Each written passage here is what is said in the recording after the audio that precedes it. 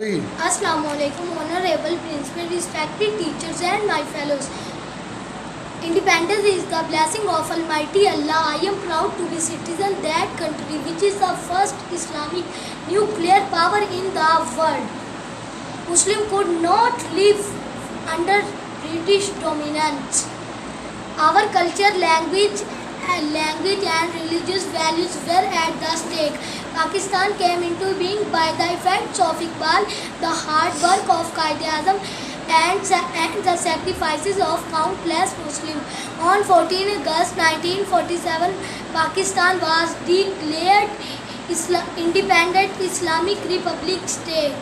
Dear friend, now it is our responsibility to protect our motherland.